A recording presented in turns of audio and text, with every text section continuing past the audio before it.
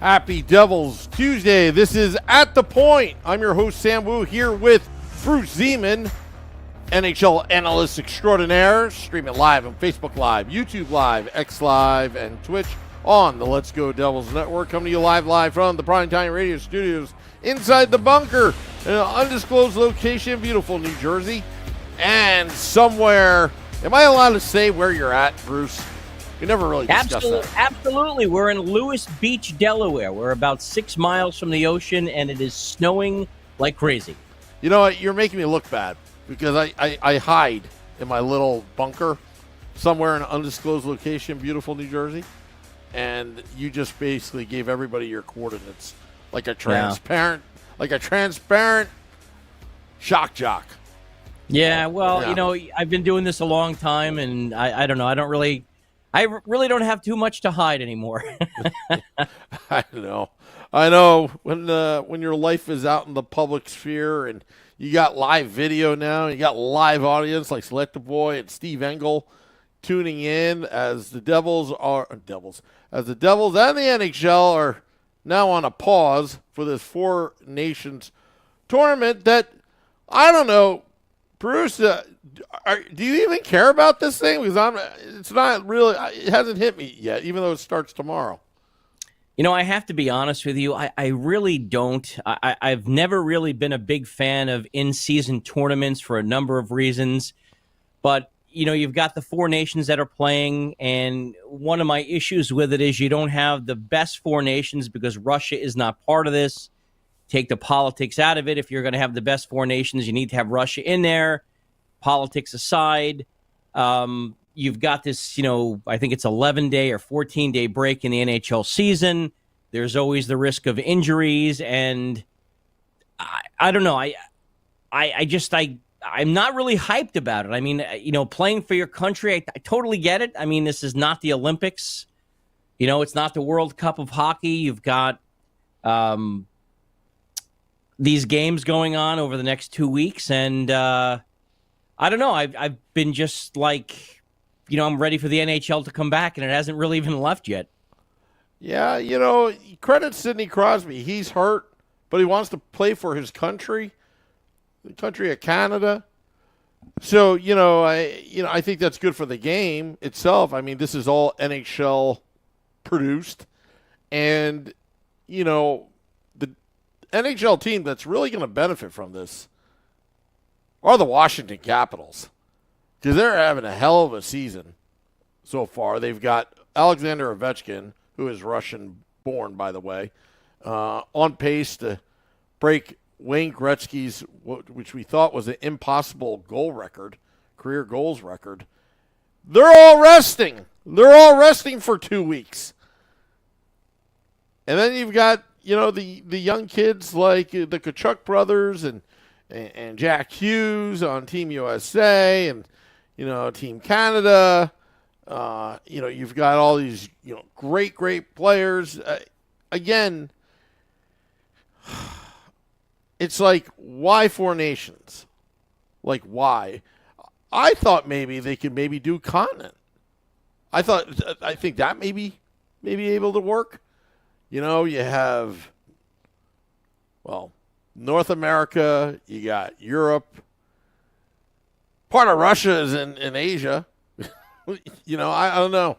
It would have been better, but I'm not sure.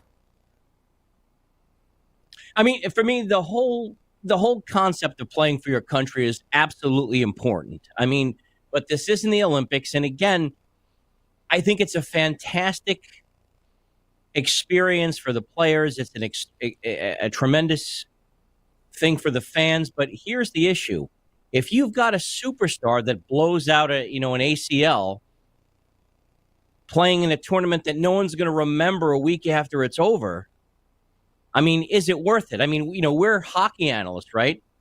If some huge NHL star blows out his ACL and then his team doesn't do anything, we're going to be talking about that. Like, would you rather win a Four Nations medal? Would you rather win the Stanley Cup? I guess I don't like the whole idea of a midseason tournament. And, you know, you've seen some of the players that are like Quinn Hughes, for example, from the Canucks. You know, the Canucks captain, he's out. because he's injured, but he really wants to get better for the Canucks. And I guess to me, that's more important than this tournament. I'm not saying that it's not going to be exciting to watch, especially, USA and Canada. That's going to be fun-filled. But, I'm just being honest, and this is not putting any – are you going to get jazzed up to see USA and Finland at 8 o'clock on a Thursday night? Because I know I'm not. Yeah, and look, on your argument about, guys getting injured, the NHL for years allowed their players to go on the international scene into the Olympics. I don't think the NHL, they care, but they don't. At least it's their product. That's, you got to look at it from a business standpoint. If they're going to get injured, at least it was on their stage, not someone else's. I don't know if it makes any difference. I'm not saying they don't care about the injuries, all that kind of stuff, but is it a real tournament? Like, is it a real tournament? Like, are they going to go hard? Or is this going to be like a series of artificial international exhibitions, let's say? Well, let me throw this out there. And I probably should have looked this up before we came on the show that I didn't think about it. But let's just say you've got a player who ends his career at the end of the season. Now, he doesn't have any Stanley Cups, but he's got a Four Nations medal and an international medal. Do you care? Does that matter? Maybe to the player it does, I guess. But when you're ranking someone in terms of their greatness, what's more important, the Stanley Cups or the international medals? I'm not an expert on that, but I certainly would think, especially if you've got some NHL team paying them a lot of lettuce, I would certainly say the Stanley Cup is a lot more important. But maybe that's just my NHL bias, I guess. Or is this tournament concocted by satisfying their national TV deals? It could be. But, for example, everything gets going tomorrow night. You've got Canada and Sweden at 8 o'clock. And then you've got a game on Thursday, the USA and Finland at 8 o'clock. And then on Saturday, you've got Finland and Sweden. And the game that I'm going to probably watch at 8 o'clock is USA and Canada. There's going to be some fireworks in that game. But, that's really the only game that I'm probably going to watch, until they get to the medal round, if you will. That USA and Canada game, where is it going to be held? I was looking that up, and I have to be honest with you, I don't know. I should probably know that, but I don't. Yeah, I'm just wondering, because with all that, geopolitical stuff, I'd probably watch just the beginning to see if they're booing. The fans are booing at the national anthem or whatever. Yeah, unfortunately, politics are in everything these days, good and bad. And then you get to the game, I would give it 10 minutes, but I'll probably get bored, the exhibitions. But you never know. Now, if it starts to get competitive and starts to get aggressive, then you're kind of like, okay, I'm interested. But then as a fan, don't you have that thing in the back of your mind like, I don't know if I want my guy to be doing that, going hard to the boards, Okay, so I looked this up. So the games are split between the Bell Center in Montreal and the TD Garden in Boston. The Bell Center games are the 12th through the 15th, and the games are in Boston from the 16th to the 20th. I actually knew that. I don't know why I couldn't find it in my notes, but that's where they are. Okay. Gotcha. Well, let me throw something else out there since we're talking about Four Nations, okay? In terms of competitiveness. Now, listen, if you're talking an NA, let's just, for the sake of argument, let's put up a game between two heated rivals, like the Rangers and Devils, the Bruins and Canadians, the Sharks and the Kings, or, teams that have a passionate rivalry. You're going to be hitting each other. You're going to be playing a very physical game. Because of, USA and Canada, or any of those teams for that matter, are you going to go in there and drill your teammate in a Four Nations tournament to win an international medal and screw up your team's chance. I'm just throwing that out there. I mean, are you going to do that? I wouldn't know. You know, I mean, Steve Engel's asking, is there hitting, checking, and fighting allowed in this tournament? Because the Olympics, they wouldn't allow that kind of stuff. You know. Well, let me put you in a position let me make you a GM for a second. You're Tom Fitzgerald or Lou Lamoriello or Chris Dre, any of those GMs, right? And you pick a player. Just pick a team, because I'm sure there are a bunch of teams that have players on both Team USA and Team Canada. And let's say, for the sake of argument, let's just make this up. Let's say Team USA wins the Four Nations tournament, okay? But one of the players from Team Canada comes in and buries his teammate on Team USA, breaks his arm, and he's out for the next 8 weeks or something like that.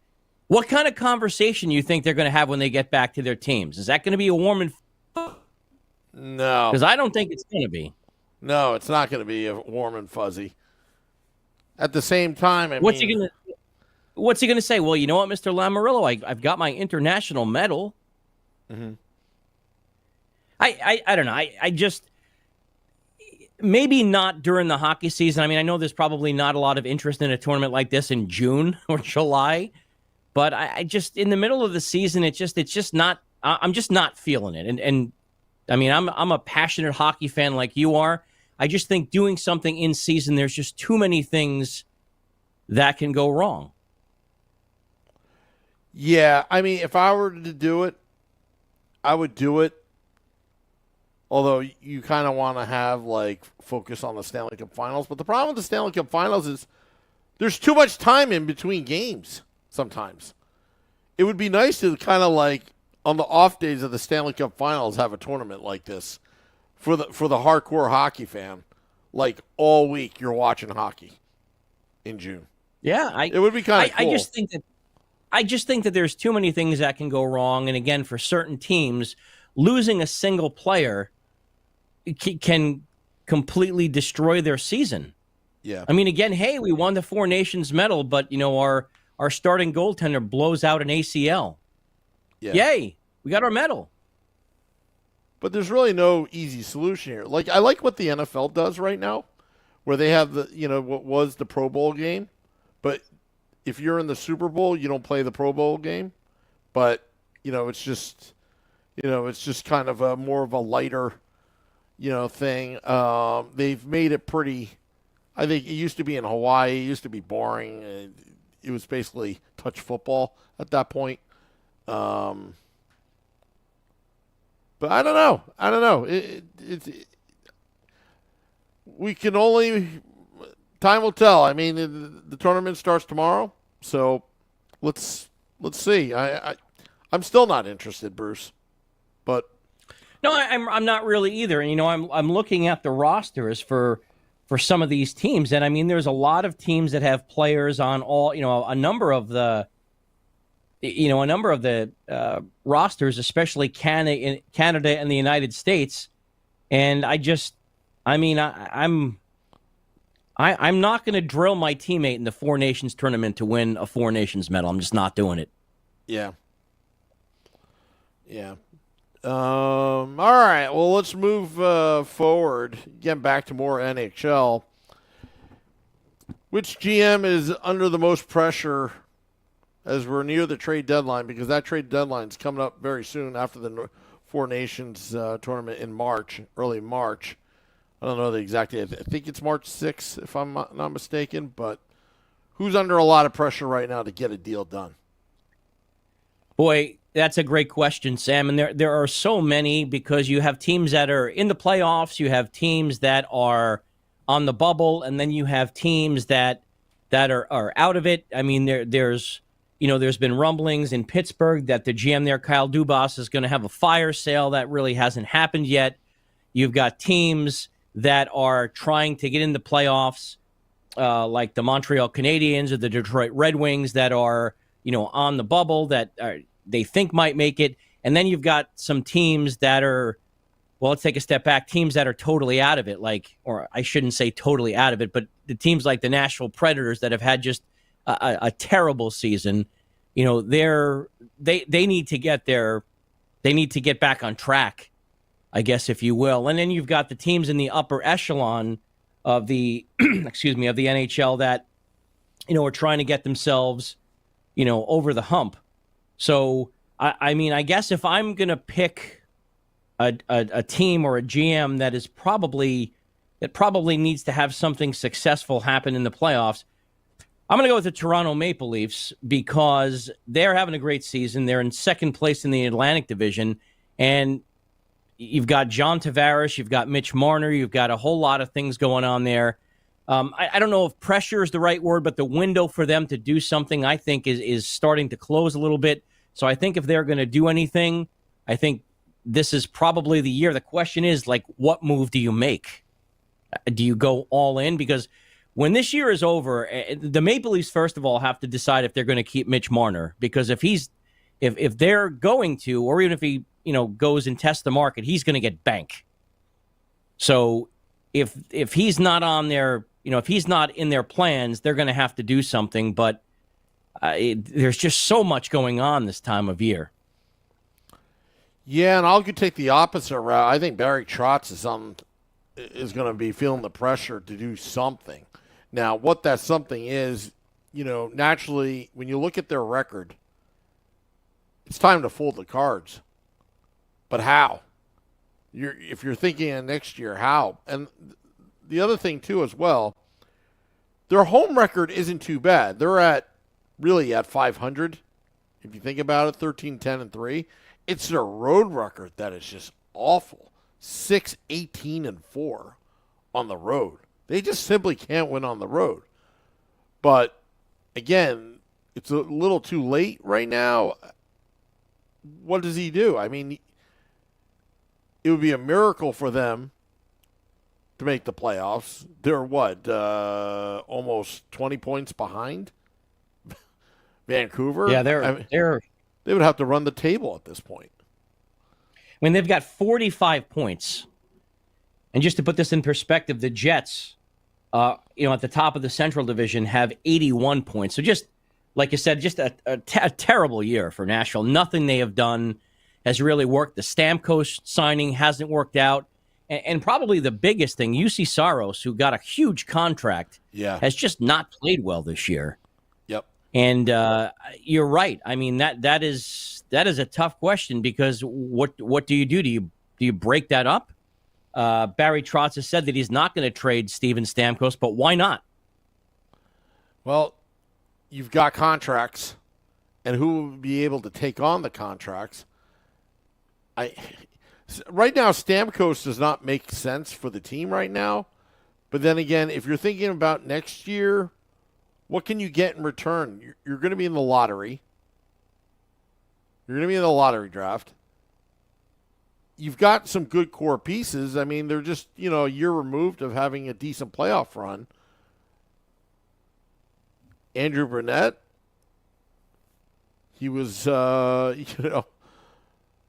like the coach of the year, Was he coach of the year last season? I forgot who was the coach of the year, but I think he was runner-up. Yeah.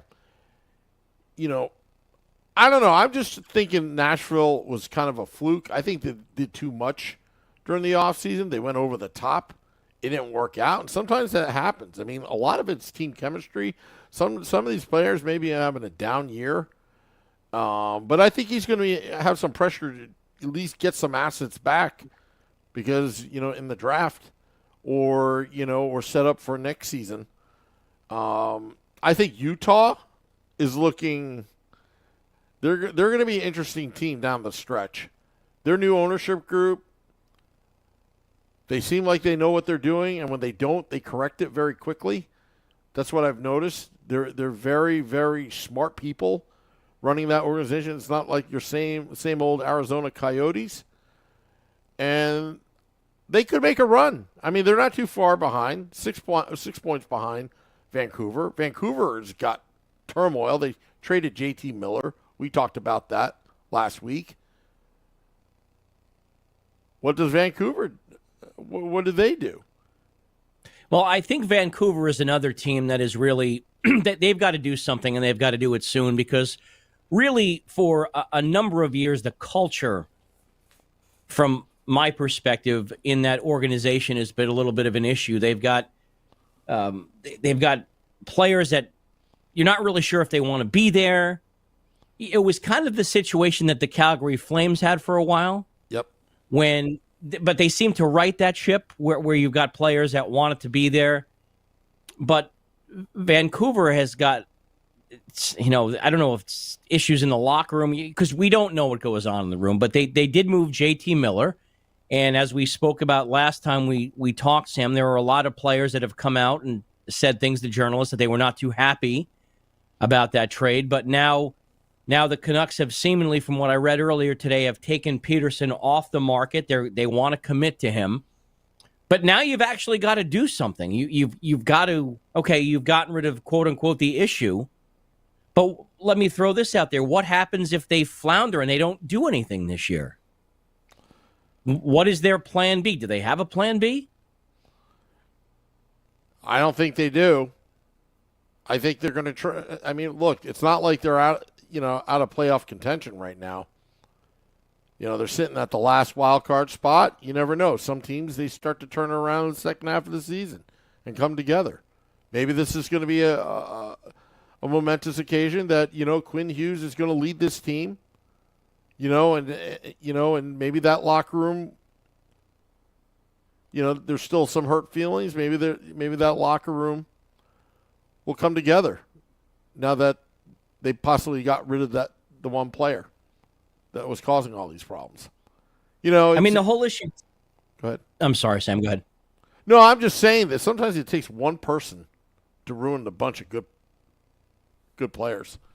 I'm not saying that's what happened here, but that's what it appears. But, sometimes it's addition by subtraction.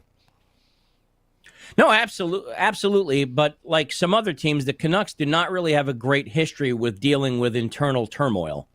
Over the past couple of years, we've seen some of the things that have gone on there. And, they need to right this ship because they've never really. And I remember talking about this once before in the podcast, and I can't remember what year where it was. I'll apologize, but it was the year that the Canucks lost to the Bruins in Game 7. Was it 2011? They lost in the final to the Bruins. I think it was. Mm-hmm.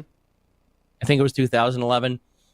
I remember watching that game, and I remember the building being dead because the Game 7 was in Vancouver.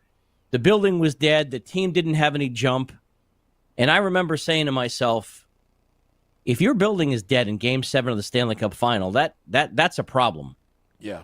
That's a problem. There didn't seem to be any urgency. There wasn't, even watching the team on the ice, they didn't seem to have the jump that they should. And, to me, that's an organizational problem if you have that type of lack of mojo, I guess, if you will. And I just don't think they've ever really moved on from that. I just, they just don't ever seem, they always seem to be, don't they always seem to be like rebuilding or retooling?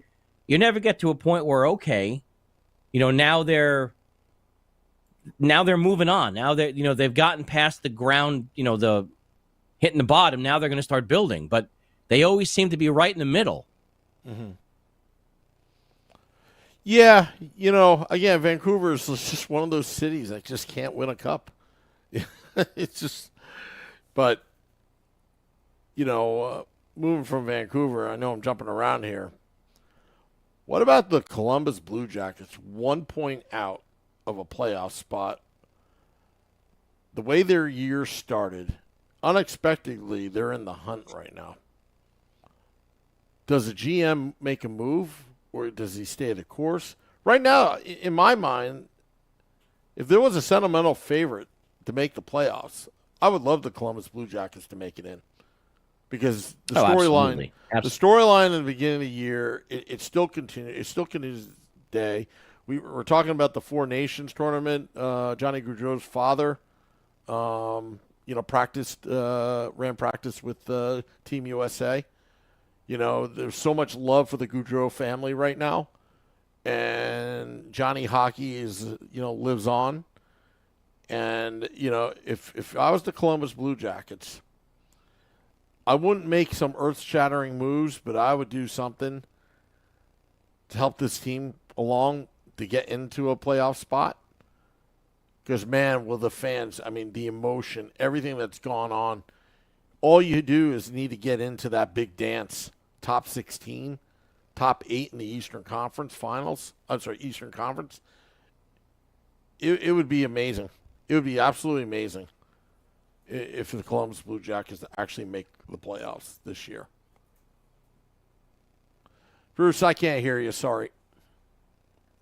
I said anything's possible once you get into the dance. Yeah. You know, you get into the Sweet 16 there, and then anything can happen. I mean, Zach Werenski is their leading scorer. He's a defenseman. But they've got some other talent. And remember, they're doing this, you know, sadly without Johnny Gaudreau, and you can only wonder where they would be if they had him in the lineup. Yeah. Yeah. I mean, again, but I'm hoping that the spirit of Johnny Gaudreau comes in. I think it's going to be. I think it'll be an amazing moment. Or can you imagine the Columbus Blue Jackets' last game of the regular season, winning in, and they're in overtime, but they need those 2 points, or in a shootout, and they need those 2 points. It'd be amazing. I mean, that would be the feel-good story of the year for sure. Yeah. All right, and well, Bruce, let's talk Devils. Oh, sorry, I skipped that one. Pat Maroon. Yeah, in trade talks. Where do you think he'll wind up? I know where I'd like him to wind up. I'd like him to wind up on the Devils. I mean, the Devils had him, and they haven't really had a player with the abrasiveness like that in a while. But he's rumored to be on the trade block, and he's got a lot of rings to bring to the room. He's got 3 Stanley Cup titles, and there's rumblings that he could wind up in a number of places. You know, obviously the contenders, you're going to hear about them: Colorado, Winnipeg, and we'll see. I mean, anybody would love to have a player with hardware like that in the room come playoff time. Yeah. I think he's going to I think I don't know. I don't know where he's going to wind up. But you know, he's a proven playoff performer. He does bring that size. He does bring that, you know, that energy. How much would you give up for a Pat Maroon? It depends how close you are to getting the hardware. I mean, if you feel, and you're a general manager, and you feel that you are a player like that away from bringing home the Stanley Cup, you might, I mean, you're not going to give up a first-round pick for him, obviously, but you'd probably give up a 3rd or 4th-round pick. Yep. Maybe some depth players, draft picks. But, I mean, he's won wherever he's gone. He can play. He can fight. He just brings that edge. I would love to have him on the Devils again. I would love if New Jersey would add him. I don't know if that's going to happen, but the 2 teams that I have heard that are interested in him right now, well, he's on the Blackhawks right now. I've heard possibly Colorado and also Dallas. Mm-hmm. You know, both contenders for the Stanley Cup. Yeah, I think the Devils need a 3rd-line center, if you want my opinion. They need a 3rd-line center in the worst way, a physical, big guy, veteran leader. I'm on the Braden Shen bandwagon right now. Someone like him, because I think he can clear out some space and, you know, be a leader what the Devils need down the middle. I think it's been a while. You know, was it going to be Pavel Zacha, Hughes, and Nico Hischier? Zacha didn't work out. They got Eric Hollow back, but Eric Hollow is small. You know, I would like to see a big centerman down the middle, like the days of Bobby Holik and Jason Arnott down the middle. I was just going to say Bobby Holik, Jason Arnott, yeah. Yeah, I mean, that was a very, you know, that having those 2 in your top 6 down the middle helps tremendously. Selector Boy says, Palmieri, we could probably get. I'm on the fence on Palmieri. You know, he can play a top 6. He can play bottom 6. I don't know. At times, I'm not a big fan of second tour duties for some of these former New Jersey Devils to come back. But you never know. Well, he is a proven commodity. He's played well here. Yeah. And, again, is he better than what you have now? Yeah. But do you think Lou is going to make a trade? Because you're going to have to give something back for Lou. Lou's not going to give him up for nothing. Who do you trade for Kyle Palmieri? They're in the playoff hunt. There's a number of them, and again, with the Islanders, that's another team where I think we could say that they're under some pressure. They've got to figure out what they're doing. Are they rebuilding? Are they retooling? Are they going to add some players to try to do something? Because they're another team that hasn't really gone anywhere in the last couple of years. It looks like they were gonna move ahead, and then they kind of stopped. They moved out some players. The Islanders could be a team if they've decided they're going to retool. I mean, maybe they want some draft picks. Yeah. Yeah. The Islanders need a bunch of things. The Islanders need a bunch of things. The Devils need a few things, but they don't need as much as the Islanders do. Agreed. All right. Well, speaking of the Devils, I was skipping around before, but which Devil does the Four Nations break benefit the most? Which Devil does the Four Nations break help the most? Well, only because he's hurt. This is probably the easy answer, but probably Jacob Markstrom. I mean, he's out. He's rehabbing. Jake Allen has done a hell of a job in his absence. He really has. He's played very well. There's been one or two games that were kind of like meh, but I mean, the game that he played last week, right before the break against the Canadians, he was amazing. It was a fantastic game. I think I'm going to go with Jacob Markstrom, and it's only because he's missing time but not missing time, if that makes any sense. Makes a lot of sense.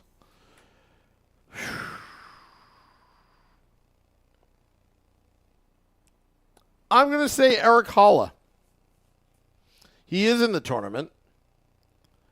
He's been quiet since he's been injured. I think maybe this tournament will help him get back because, you've been out for a while. Sometimes it takes a while to get back in the groove and all that.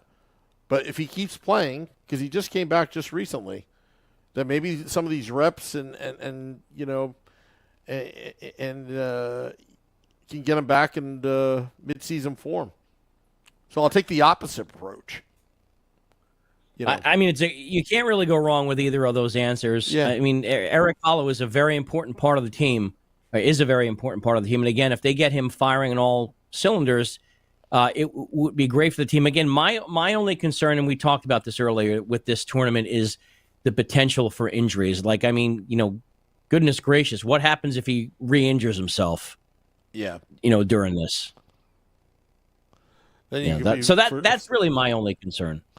Yeah, well, that will alter trade deadline. That's why I think a lot of these GMs are making these moves before the Four Nations.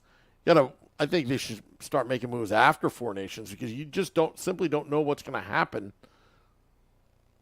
between now and when the season resumes. I mean, can you imagine if one of the big stars gets hurt out for the season? What do you do? And you're in playoff contention. That can alter your trade deadline.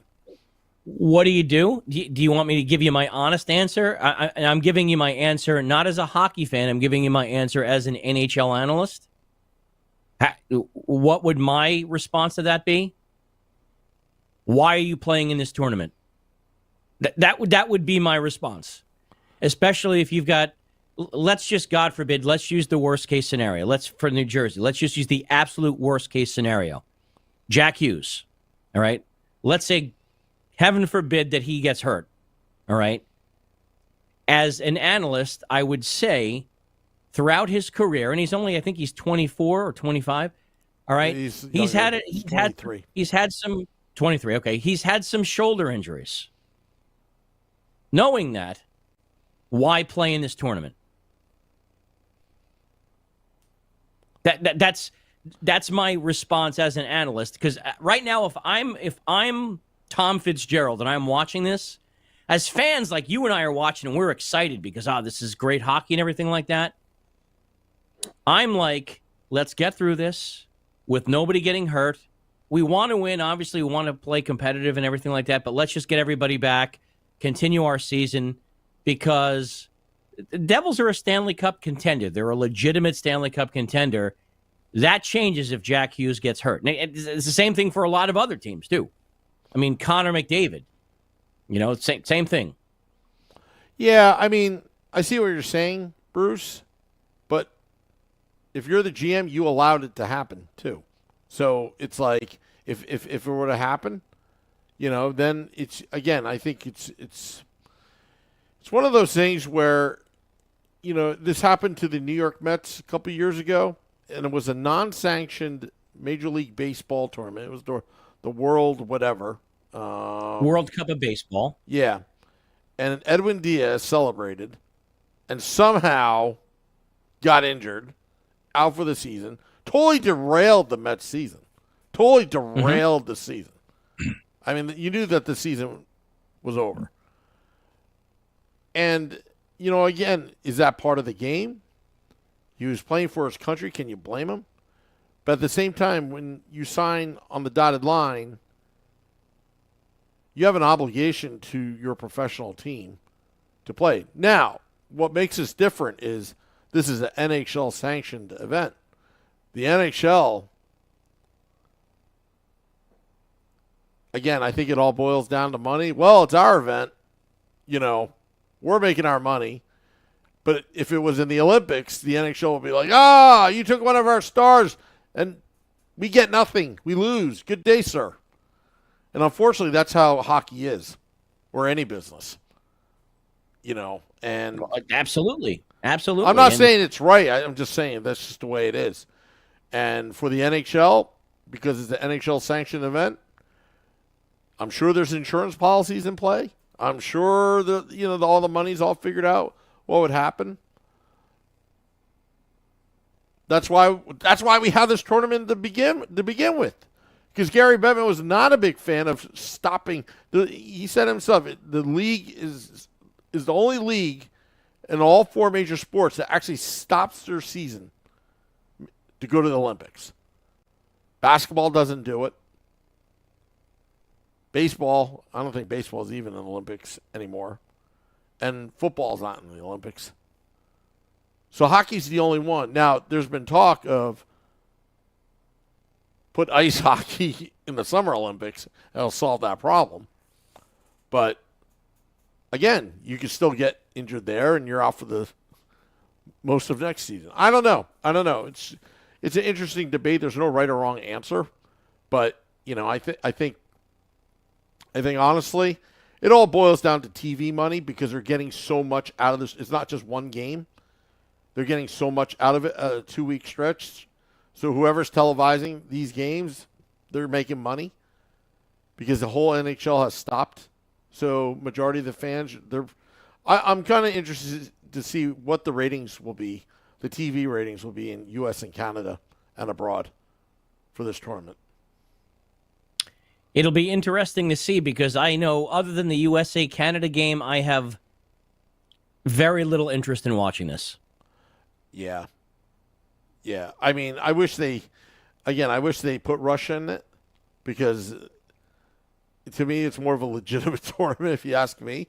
I mean, not having Alexander Ovechkin or Kucherov in this tournament or even a Shesterkin in this tournament is mind-boggling. And the team that's really going to benefit out of this tournament, like I said, is the Washington Capitals because they're going to be well-rested and they're just going to be ready to just rumble and continue their dominance over the league so far this season.